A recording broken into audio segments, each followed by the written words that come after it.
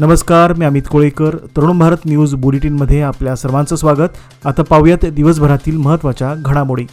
बेळगाव तालुक्यातील चलवेनहट्टी परिसरात अवकाळी पावसाने शेतीचे मोठ्या प्रमाणावर नुकसान झाले आहे. काल मंगळवार दिनांक 14 जानेवारी रोजी सायंकाळी झालेल्या मुसळधार पावसाने परिसरातील शेतकऱ्यांच्या ज्वारी पिकाचे प्रचंड नुकसान झाले असून पिके अक्षरशः जमीनदोस्त झाली आहेत. अचानक झालेल्या या पावसामुळे शेतकरी अडचणीत सापडले आहेत. आधीच वाढलेल्या उत्पादन खर्चाचा भार सहन करत असताना कापणीला आलेले पीक नष्ट झाल्याने शेतकऱ्यावर गंभीर आर्थिक संकट ओढवले आहे. अनेक शेतकऱ्यांच्या मेहनतीवर पाणी फिरले गेले असून भविष्यातील उत्पन्नाबाबत चिंता व्यक्त केली जात आहे. या पार्श्वभूमीवर नुकसानग्रस्त शेतकऱ्याकडून तातडीने पंचनामे करून शासनाने योग्य ती आर्थिक मदत जाहीर करावी अशी जोरदार मागणी शेतकरी वर्गाकडून करण्यात येत आहे. 0 पॉईंट निश्चित करण्यापूर्वीच हलगा-मच्छे बायपासचे काम बेकायदेशीररित्या सुरू असल्याचे शेतकऱ्यांनी तक्रार केली आहे. राष्ट्रीय महामार्ग प्राधिकरणाने फिश मार्केट येथे 0 पॉईंट असल्याचे यापूर्वीच स्पष्ट केले आहे. मात्र आलारवाड येथे 0 पॉईंट असल्याबाबत कोणतीही कागदपत्रे उपलब्ध नाहीत. रस्त्यासाठी कायदेशीर भूसंपादन केलेले नसल्याचेही या तक्रारीत म्हटले गेले आहे. शिवाय हलगा ते मच्छे हा मार्ग NH4 मध्ये मोडत नाही. ही माहिती हलगा-मच्छे बायपासचे न्यायालयीन कामकाज पाहणारे वकील रविकुमार गोकाकर यांनी जिल्हाधिकारी मोहम्मद रोशन यांच्यासमोर मांडली. जिल्हाधिकाऱ्यांनी शेतकऱ्यांना आश्वासन दिले की सर्व घडामोडी लक्षात घेऊन राष्ट्रीय महामार्ग प्राधिकरणाकडून सविस्तर स्पष्टीकरण घेतले जाईल. शेतकरी वर्गाचा असाही आरोप आहे की बेकायदेशीर बांधकाम झाल्यास भूमिधारक शेतकरी भूमिहीन होऊ शकतात. त्यामुळे काम रद्द करावे अशी मागणी सातत्याने केली जात आहे. बेळगावातील कणबर्गी येथील औद्योगिक क्षेत्रातील RTO ग्राउंड येथे कचऱ्याच्या ढिगांना आज बुधवारी सकाळी आग लागली. या आगीमुळे परिसरात प्रदूषणाचे प्रमाण वाढले आहे. सदर मैदान मूळतः वाहन तपासणी आणि ड्रायव्हिंग लायसन्स प्रक्रियेसाठी अधिकृतपणे वापरले जाते. मात्र सध्या हे ठिकाण अनधिकृतरित्या कचरा टाकण्याचा आणि प्लास्टिक जाळण्याचा अड्डाच बनला आहे. या मैदानात वारंवार कचऱ्याला आगी लावण्याचे प्रकार घडत असून यामुळे निर्माण होणाऱ्या धुरामुळे आजूबाजूच्या औद्योगिक क्षेत्रातील कामकाजावर गंभीर परिणाम होत आहे. परिसरातील रहिवाशांमध्येही यामुळे अस्वस्थता निर्माण झाली आहे. विशेषतः लहान मुले व वृद्धांमध्ये श्वसनाचा त्रास जाणवू लागला आहे. प्रदूषण नियंत्रण मंडळ तसेच महानगरपालिकेने या समस्येकडे तातडीने लक्ष देण्याची गरज आहे. नागरिक आणि स्थानिक उद्योग व्यावसायिकांनीही प्रशासनाकडे कारवाई करण्याची मागणी केली आहे, जेणेकरून हा परिसर पुन्हा स्वच्छ आणि सुरक्षित राहील. गांजाचे सेवन करून फिरणाऱ्या एका नशिबाज तरुणाला खडेबाजार पोलिसांनी अटक केली आहे. तांगडी गल्ली येथील सार्वजनिक रस्त्यावर ही कारवाई करण्यात आली. दरम्यान मयूर सुभाष राऊत राहणार मराठा गल्ली, दुसरा क्रॉस, माधव रोड असे त्याचे नाव आहे. तांगडी गल्लीतील रस्त्यावर थांबून एक जण असभ्य वर्तणूक करत आहे अशी माहिती खडेबाजार पोलिसांना मिळाली होती. त्यानुसार पोलिसांनी त्याला ताब्यात घेऊन त्याची वैद्यकीय तपासणी केली असता त्याने गांजा सेवन केल्याचे निष्पन्न झाले. त्यामुळे त्याच्या विरोधात गुन्हा दाखल करण्यात आला आहे. जिवंत असलेल्या शेतकऱ्याचा मृत्यू दाखवून मृत्यू प्रमाणपत्र देणाऱ्या 4 अधिकाऱ्याविरोधात उपलोकायुक्तांनी स्वतःहून तक्रार दाखल करून चौकशीला सुरुवात केली आहे. हा धक्कादायक प्रकार बेळगाव जिल्ह्यातील सौदत्ती तालुक्यातील सुतगट्टी या गावात घडली आहे. शेतकरी इराप्पा नागप्पा अब्बाई हे हयात असताना त्यांच्या सरकारी नोंदीमध्ये 2021 साली त्यांचा मृत्यू झाल्याची नोंद करण्यात आली आहे. त्यामुळे गेल्या 5 वर्षापासून त्यांना शासकीय योजनांपासून वंचित राहावे लागले आहे. संबंधित अक्षम्य चुकीबद्दल त्यांना अलीकडेच समजल्यानंतर हा प्रकार उघडकीस आला. उदयनाडू वेब न्यूज या पोर्टलवर जिवंत असलेल्या व्यक्तीला मृत घोषित करणारे अधिकारी या मथळ्याखाली बातमी प्रसिद्ध झाली होती. याच आधारे उपलोकायुक्त न्यायमूर्ती वीराप्पा यांनी चौकशी सुरू केल्याचे अधिकृतरित्या जाहीर केले आहे. याप्रसंगी सुतगटी ग्राम अंमलदार नीला मुरगोड मंडळाचे महसूल निरीक्षक RS पाटील, सौदत्तीचे तहसीलदार मल्लिकार्जुन हेगण्णावर आणि बैलहोंगल उपविभागीय अधिकारी प्रवीण जैन यांच्यावर तक्रार दाखल करण्यात आली आहे. सध्या या प्रकरणाची अधिक चौकशी सुरू असून दोषी अधिकाऱ्यावर कारवाई होण्याची शक्यता वर्तवण्यात येत आहे. पाटणे तालुका चंदगड वनक्षेत्रातील चिंचणे कामेवाडी जंगलामध्ये शिकारीसाठी आलेल्या सौदत्ती जिल्हा बेळगाव येथील 2 शिकाऱ्यांना वनाधिकाऱ्यांनी सोमवारी अटक केली. बसाप्पा निंगाप्पा देवरमणी वय 50 व सुरेश बसाप्पा देवरमणी वय 25 दोघेही राहणार बुधनूर तालुका सौदत्ती अशी त्यांची नावे आहेत. ती दोघेही लाकूड तोडण्याच्या व्यवसायानिमित्त चंदगड तालुक्यामध्ये वास्तव्याला होते. त्यांनी वन्य प्राण्यांची शिकार करण्याच्या उद्देशाने जंगलात 7 सापळे रचले होते. यावेळी त्यांना रंगेहात पकडण्यात आले. त्यांच्याकडून 7 सापळे, कोयता, मोबाईल फोन असा मुद्देमाल जप्त करण्यात आला असून सदर कारवाई पाटणे वनक्षेत्रपाल शीतल पाटील, वनपाल जॉन्सन डिसोजा व नेताजी धामणकर, वनरक्षक साक्षी सपकाळ, वाहन चालक विश्वनाथ नार्वेकर आदींनी केली. संशयितांना चंदगड न्यायालयाने 3 दिवसांची वनकोठडी सुनावली आहे. काल मंगळवारी सायंकाळी 5:30च्या सुमारास अचानक आलेल्या अवकाळी पावसाने हजेरी लावली. जानेवारी महिन्याच्या मध्यावर झालेल्या या पावसाने नागरिकांना अचंबित केले असून शहरासह परिसरात गोंधळाचे वातावरण निर्माण झाले. गणेशपूर परिसरात जोरदार सरी कोसळल्याने हिंदूनगर परिसरातील गटारी तुंबल्याने गटारीतील पाण्यासोबत कचरा रस्त्यावर पसरला होता. रस्त्यावर साचलेल्या कचऱ्याचा थर पडल्यामुळे वाहन चालक आणि पादचाऱ्यांना याचा मोठा त्रास सहन करावा लागला. विशेषतः बेनकनहळ्ळी ग्रामपंचायतीच्या बोगस कारभाराची पोलखोल याद्वारे झाली आहे। गटारी नियमितपणे स्वच्छ न केल्याने ही समस्या उद्भवली आहे। साचलेले पाणी आणि वाहून आलेल्या कचऱ्यामुळे परिसरात दुर्गंधी पसरली असून यामुळे रहिवासी संतप्त झालेले दिसून आले। ग्रामपंचायतीने तातडीने गटार स्वच्छतेची मोहीम राबवावी अशी मागणी स्थानिक नागरिकांकडून करण्यात येत आहे। आज जिल्हाधिकारी कार्यालयातील सभागृहात जिल्हाधिकारी यांच्या अध्यक्षतेखाली 2 महत्त्वपूर्ण बैठक पार पडल्या। यामध्ये जन्म मृत्यू नोंदणीसाठी जिल्हास्तरीय समन्वय समितीची बैठक आणि कृषी आकडेवारी संदर्भातील जिल्हास्तरीय समन्वय समितीची बैठक पार पडली। या बैठकीत संबंधित विभागांचे अधिकारी उपस्थित होते।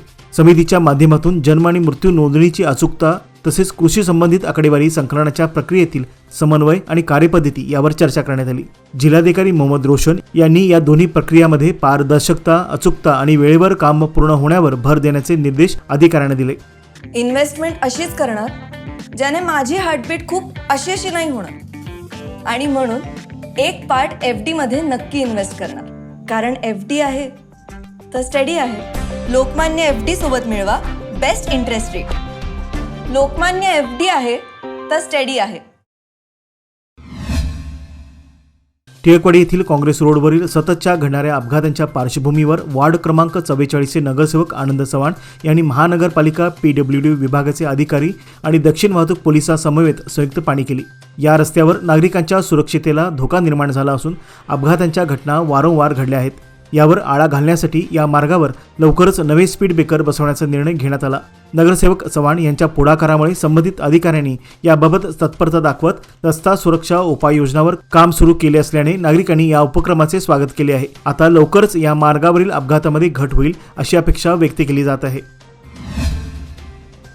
बेळगाव उत्तरचे आमदार आसिफ शेठ यांनी रामतीर्थ नगर येथील सरकारी शाळेतील इयत्ता 10वीच्या परीक्षेस बसणाऱ्या विद्यार्थ्यांसह त्यांच्या पालकांसमवेत बैठक आयोजित केली होती। या बैठकीत विद्यार्थ्यांना परीक्षेच्या तयारीवर लक्ष केंद्रित ठेवण्याचे आणि आत्मविश्वासाने अभ्यास करण्याचे मार्गदर्शन करण्यात आले। आमदार आसिफ शेठ यांनी सांगितले की सातत्यपूर्ण प्रयत्न आणि शिस्तीमुळे यश निश्चितच मिळेल। त्यांनी पालकांना मुलावर अनावश्यक दबाव टाकू नये तर त्यांना भावनिक पाठबळ आणि प्रोत्साहन देणे महत्त्वाचे असल्याचे अधोरेखित केले। शैक्षणिक प्रगतीसाठी घरात सकारात्मक वातावरण राखण्याचे आणि शिक्षकांशी नियमित संवाद साधण्याचे महत्त्वही त्यांनी सांगितले।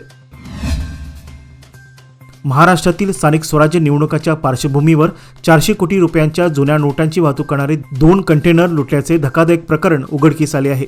ही घटना गोवा कर्नाटक सीमेवरील चोरला घाटात घडल्याने महाराष्ट्र, कर्नाटक आणि गोवा या 3 राज्यात मोठी खळबळ उडाली आहे। या प्रकरणाचा सखोल तपास करण्यासाठी विशेष तपास पथकाची नियुक्ती करण्यात आली आहे। या लुटी प्रकरणात नाशिक येथील संदीप पाटील यांचे अपहरण करून मारहाण व जीवे मारण्याची धमकी त्यांना देण्यात आल्याचा आरोप करण्यात आला आहे। गुन्हे दाखल करण्यात पोलिसांनी दिरंगाई केल्याचा दावा संदीप पाटील यांनी केला असून माध्यमात प्रकरण समोर आल्यानंतर नाशिक पोलिसात तक्रार दाखल करण्यात आली। तपासादरम्यान या रकमेचा संबंध नाशिक पोलीस दलातील काही कर्मचारी, ठाण्यातील एका नामांकित बिल्डर आणि एका बड्या राजकीय नेत्याशी असल्याचा आरोप पुढे करण्यात आला आहे। दरम्यान या घटनेमुळे बेळगावात जोरदार चर्चा सुरू असून गोव्याहून निघालेल्या कंटेनरचे पुढे काय झाले आणि ही रक्कम नक्की कोणाची होती याबाबत अनेक प्रश्न उपस्थित केले जात आहेत।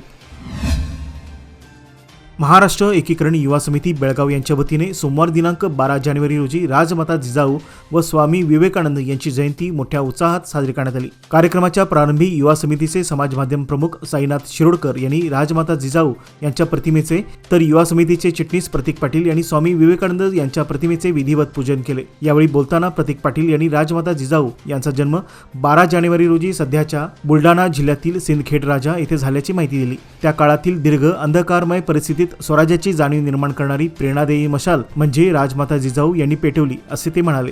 याच विचारांनी स्वराज्याची स्थापनेची उमेद निर्माण झाली आणि स्वकीयांचे रयतेचे राज्य अस्तित्वात आले असे मत त्यांनी यावेळी व्यक्त केले। रयतेला केंद्रस्थानी ठेवून उभे राहिलेले हिंदवी स्वराज्य हे राजमाता जिजाऊ यांच्या दूरदृष्टीचे फलित असल्याचेही त्यांनी अधोरेखित केले। या कार्यक्रमास कार्याध्यक्ष सचिन केळवेकर, उपाध्यक्ष राजू कदम, सरचिटणीस श्रीकांत कदम, खजिनदार विनायक कावळे, सूरज कुडुचकर, आनंद पाटील आदी सदस्य उपस्थित होते।